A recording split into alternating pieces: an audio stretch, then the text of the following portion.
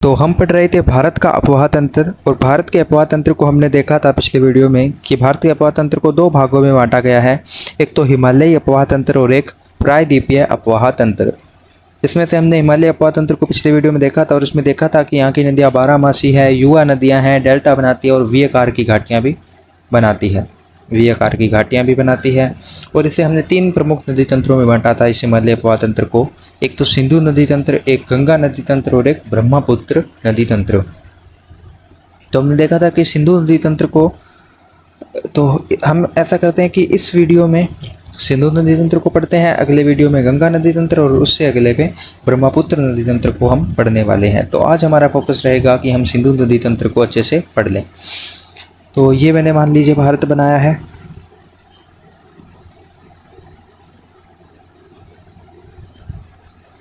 तो ये जो सिंधु नदी है इसका उद्गम है वो तिब्बत, क्योंकि यहाँ पे मान लीजिए नेपाल आ गया, ये मान लीजिए भूटान आ गया, और इसके बाद जो क्षेत्र होगा वो सारा तिब्बत वाला क्षेत्र अपने को दिखाई देगा। तो इस तिब्बत वाले क्षेत्र में एक जगह है जहाँ जिसका नाम आपने सुना होगा, कैलाश पर्वत श्रेणी।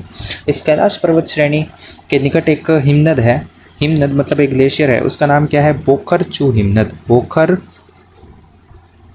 चू हिमनद, ये हिमनद का नाम है। तो इस हिमनद से ये जो नदी है ये निकलती है, इस हिमनद से ये नदी निकलती है, और ये भारत में लद्दाख और जास्कर श्रेणियों के बीच से भारत में प्रवेश करती है और सिंधु गोर्ज बनाते हुए पाकिस्तान में प्रवेश करती है। गोर्ज यानी ये जहाँ पे ऐसे मुड़ेगी वहाँ पे एक गहरा खड्डा बना देगी, उसे हम सिंधु गोर्ज कहेंगे। तो सिंधु नदी बोकरचू हिमनद से निकली, लद्दाख और जास्कर श्रेणियों से भारत के अंदर प्रवेश किया, उसके बाद में सिंधु गोर्ज बनाते हुए पाकिस्तान में चली गई। इसके अलावा हमने इसकी सहायक नदियाँ भी देखी थी। जैसे हमने कहा था कि इसके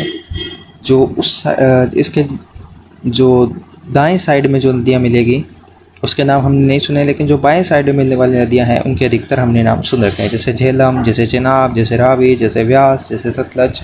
झेलम, चेनाब, रावी, व्यास, सतलज, इस तरह की जो नदियाँ थी वो हमने देख ली थी। और इधर हमने बताया था कि श्योक, गिलगित, जास्कर, हुंजा, नुब्रा, शोक, गिलगित, जास्कर, हुंजा, नुब्रा, गास्टिक, द्रास, ऐसी नदियाँ हमने दाएं साइड में पढ़ी थी। और ये जो नदियाँ हैं झेलम, चेनाब, रावी, व्यास, ये हमने बाएं साइड में पढ़ी थी। तो आज हम इन्हीं झेलम, चेनाब, रावी, व्यास, सतलज, इन्हीं नदियों को पढ़ने वाले हैं, क्योंकि ये जो इधर वाली नदियाँ ये तो ज़्यादातर या तो भारत में मिलती नहीं है, या मिलती है तो उनका उतना ज़्यादा क्षेत्र हमें भारत में नहीं देखने को मिलता। इसलिए ये जो बाएँ साइड वाली नदियाँ हैं ये इंपॉर्टेंट है और यही अपने क्वेश्चन की दृष्टि से भी महत्वपूर्ण है। तो हम आज झेलम, चेनाब, रावी, व्यास, सतलज, इन वाली नदियों को हमने पढ़ना है। तो हम सबसे पहले सिंधु नदी तंत्र को हमने पढ़ तो लिया था, लेकिन जैसे कि इसका क्षेत्रफल 3,21,298 किलोमीटर भारत में है, वैसे इसका कुल क्षेत्रफल 11,56,000 वर्ग किलोमीटर हमने बताया था, और उसमें से 3,21,289 वर्ग किलोमीटर भारत में है। इसकी कुल लंबाई 280 है और भारत में 114 किलोमीटर है। 114 किलोमीटर, 1114 किलोमीटर है। इसका जो उद्गम स्थल है वो बोकरचू हिमनद है, वहीं से सिंगी कबान या शेरमुख कहा जाता है। यह लद्दाख व जास्कर श्रेणी से भारत में प्रवेश करती है सिंधु नदी। हम सिंधु नदी की जो सहायक नदियां हैं बाएं तट से मिलने वाली, हम उनको पढ़ने वाले हैं। हमारी यहाँ पे बताया गया कि इसकी राइट साइड से यानी कि दाएं साइड से, इसकी लेफ़्ट साइड से यानी कि बाएं साइड से हम बाएं तट वाली नदियाँ पढ़ेंगे, जैसे झेलम, चेनाब, रावी, व्यास और सतलज। जैसे झेलम, चेनाब, रावी, व्यास और सतलज। ठीक है, तो हम पढ़ते हैं सबसे पहले इसकी प्रमुख सहायक नदियाँ। ये फिर से हमने भारत बनाया है।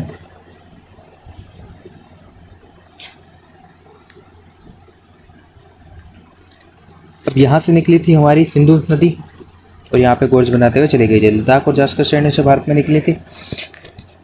अब अगर आप देखना चाहो तो इसमें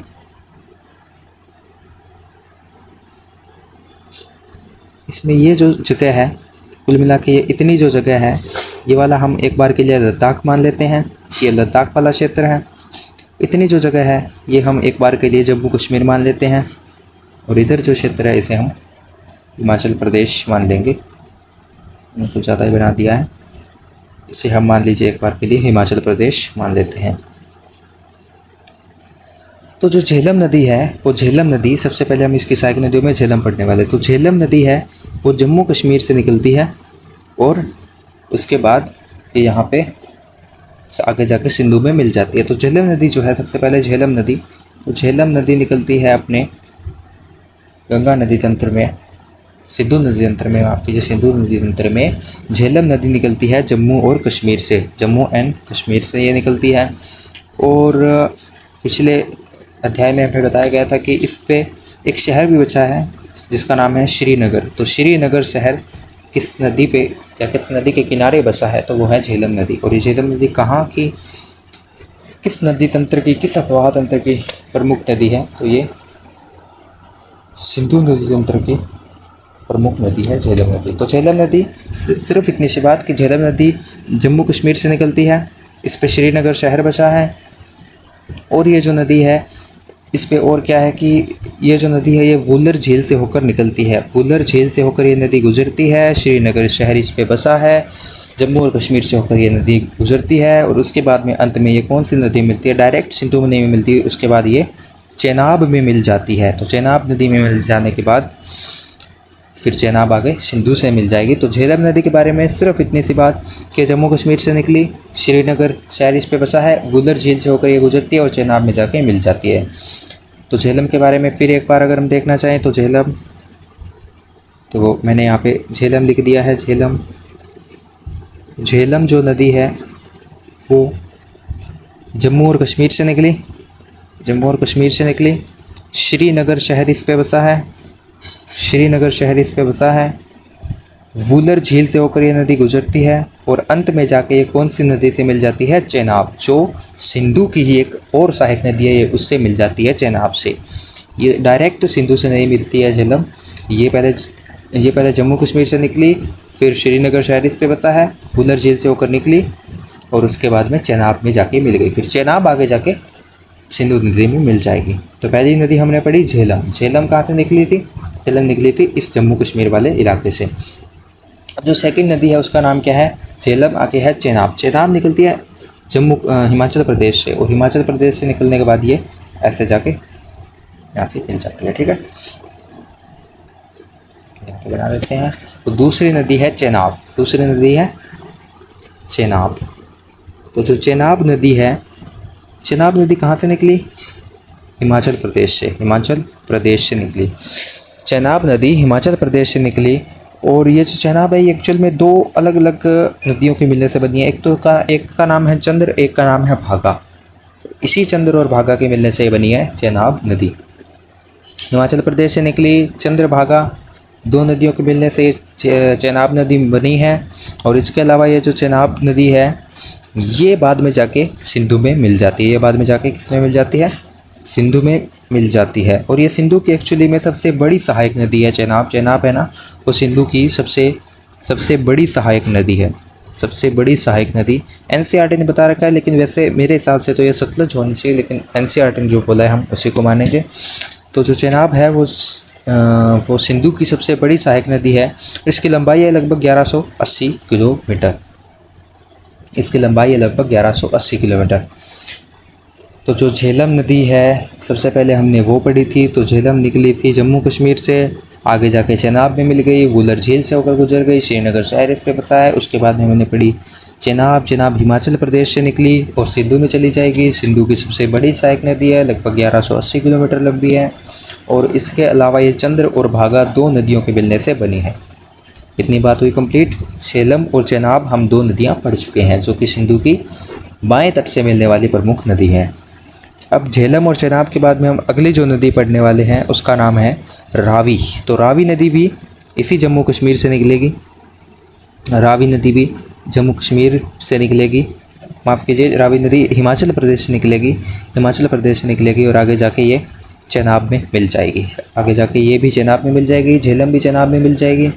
इस तरह से दो नदियाँ चेनाब में मिल गई, फिर चेनाब आगे जाके सिंधु से मिलेगी। तो हम पढ़ रहे थे रावी नदी। अब इसके बाद में रावी नदी, तो पहले हमने पढ़ी झेलम, झेलम के बाद में चेनाब, चेनाब के बाद में रावी। रावी निकली हिमाचल प्रदेश के रोहतांग दर्रे से, हिमाचल प्रदेश के रोहतांग दर्रे से निकल कर ये आगे चेनाब में जाके मिल जाती है। तो रावी की सिर्फ दो ही बातें, रावी की सिर्फ दो ही बातें हैं। एक तो रावी के बारे में ये बात है कि ये जो रावी है ये हिमाचल प्रदेश के रोहतांग दर्रे से निकली। हिमाचल प्रदेश के रोहतांग दर्रे से निकली। दर्रे का अर्थ होता है मतलब मान लीजिए कोई ये पहाड़ है, इस पहाड़ इतने बड़े पहाड़ से हम होकर इधर जाना है हमको, लेकिन हम इधर जा नहीं सकते। तो इसमें क्या होता है कि ऐसे छोटे छोटे जगह बनी हुई होती है जहाँ से हम जा सकते हैं, जो कि प्राकृतिक जगह होती है। तो ऐसा ही एक दर्रा है, उस दर्रे से होकर ये नदी गुजरती है। हिमाचल प्रदेश के इस रोहतांग दर्रे से होकर ये नदी गुजरती है, इसका नाम है रावी। तो रावी रोहतांग दर्रे से होकर गुजरी और आगे जाके किस नदी में मिल जाएगी? ये भी चेनाब में मिल जाएगी। झेलम भी चेनाब में मिली और रावी भी चेनाब में मिली। अगली नदी है, हम एक बार इसको फिर से पढ़ लेंगे अगर थोड़ा कन्फ्यूजन है तो। आगे वाली नदी है उसका नाम है झेलम चेनाब, उसके बाद में रावी, उसके बाद में व्यास। व्यास एक और नदी है जो वो भी हिमाचल प्रदेश से निकलती है और आगे जाके ये पंजाब के जो पास है, आगे जाके ये नदी पंजाब के पास रावी में मिल जाती है। आगे जाके ये पंजाब के पास रावी मिल जाती है। इकलौती नदी है जो पूर्णतः भारत में मिलती है, मतलब इकलौती नदी व्यास है जो पूर्णतः भारत में मिलती है और भारत में मिलते ही और मतलब इसका थोड़ा सा भी चल किसी और देश में या किसी और जगह पे नहीं चला जाता, ये सिर्फ भारत में मिलने वाली नदी है। इसके अलावा ये जो नदी है ये रावी से जिस जगह पे मिलती है वहाँ पे हरिके बांध बना है। पंजाब में एक जगह है हरिके, वहाँ से ये मिलती है रावी के अंदर जहाँ पे एक बांध बना है। और ये जो व्यास है ये भी हिमाचल प्रदेश से निकलती है और ये भारत में मिलने वाली पूर्णतः एक नदी है। कोई बात नहीं, अगर थोड़ा कन्फ्यूजन हो रहा है तो मैं एक बार फिर से बता दूंगा। पहले हम एक बार इन्हीं चार नदियों को थोड़ा सा और पढ़ते हैं। देखो व्यास नदी निकली कहाँ से? ये भी हिमाचल प्रदेश से, वो रोहतांग दर्रे से निकल रही थी। तो ये हिमाचल प्रदेश के रोहतांग दर्रे के निकट एक जगह है, रोहतांग दर्रे के निकट एक जगह है जिसका नाम क्या है? जिसका नाम है व्यास कुंड। तो जो व्यास नदी है वो हिमाचल प्रदेश के रोहतांग दर्रे के व्यास कुंड से निकलती है। चेनाब है वो हिमाचल प्रदेश से निकलती है। उसके बाद में जो रावी नदी है वो हिमाचल प्रदेश के रोहतांग दर्रे से निकलती है। उसके बाद में व्यास है वो रोहतांग दर्रे के व्यास कुंड से निकलती है।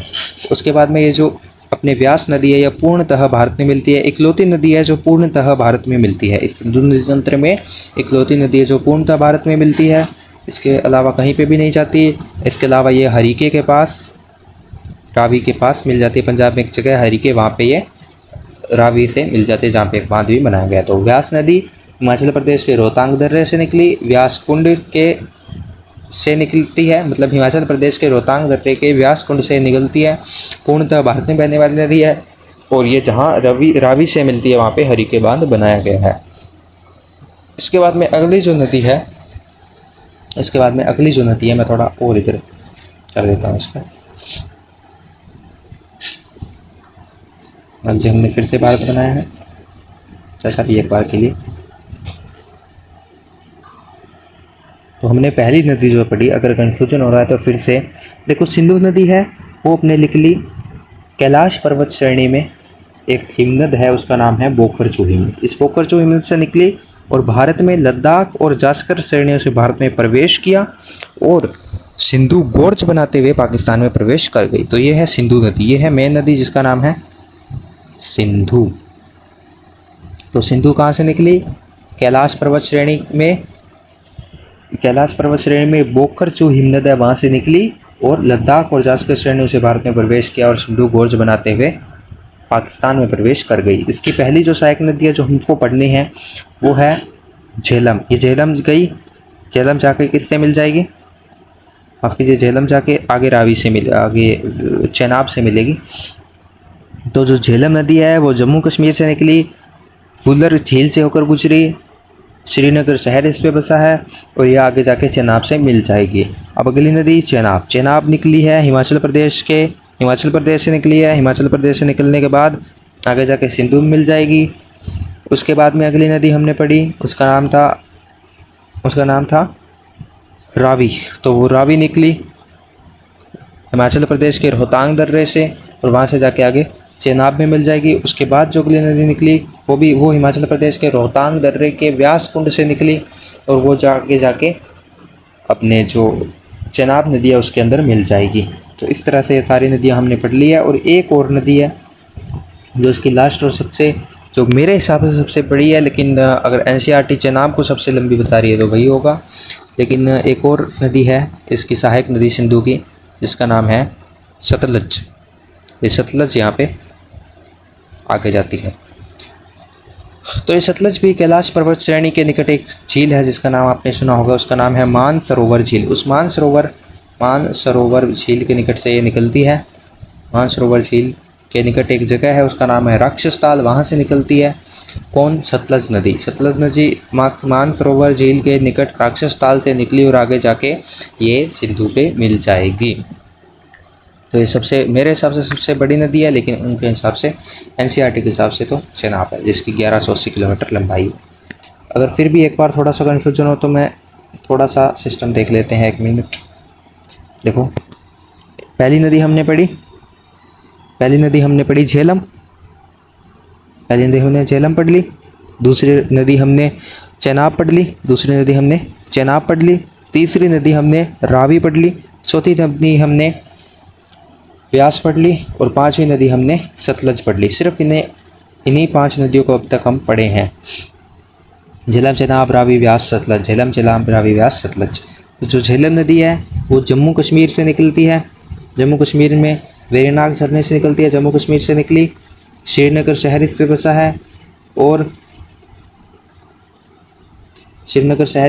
है और इसके अलावा जो वुलर झील से होकर यह नदी गुजरती है और अंत में चेनाब में मिल जाती है। जो चेनाब है वो हिमाचल प्रदेश से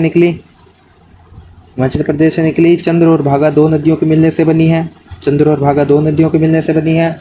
और जो चेनाब है और चेनाब के बारे में क्या बात आ जाएगी कि चेनाब है वो सिंधु की सबसे बड़ी सहायक नदी है, 1180 किलोमीटर लंबी है। आगे वाली नदी है उसका नाम है रावी। रावी निकली हिमाचल प्रदेश के रोहतांग दर्रे से निकल के फिर आगे चेनाब में ये मिल जाएगी। आगे जाके चेनाब में ये मिल जाएगी। उसके बाद में हमने पढ़ी व्यास नदी। तो व्यास नदी हिमाचल प्रदेश के रोहतांग दर्रे के व्यास कुंड से ये निकलती है। व्यास कुंड से ये निकली हिमाचल प्रदेश से। ये हिमाचल प्रदेश के रोहतांग दर्रे से, ये रोहतांग दर्रे के व्यास कुंड से।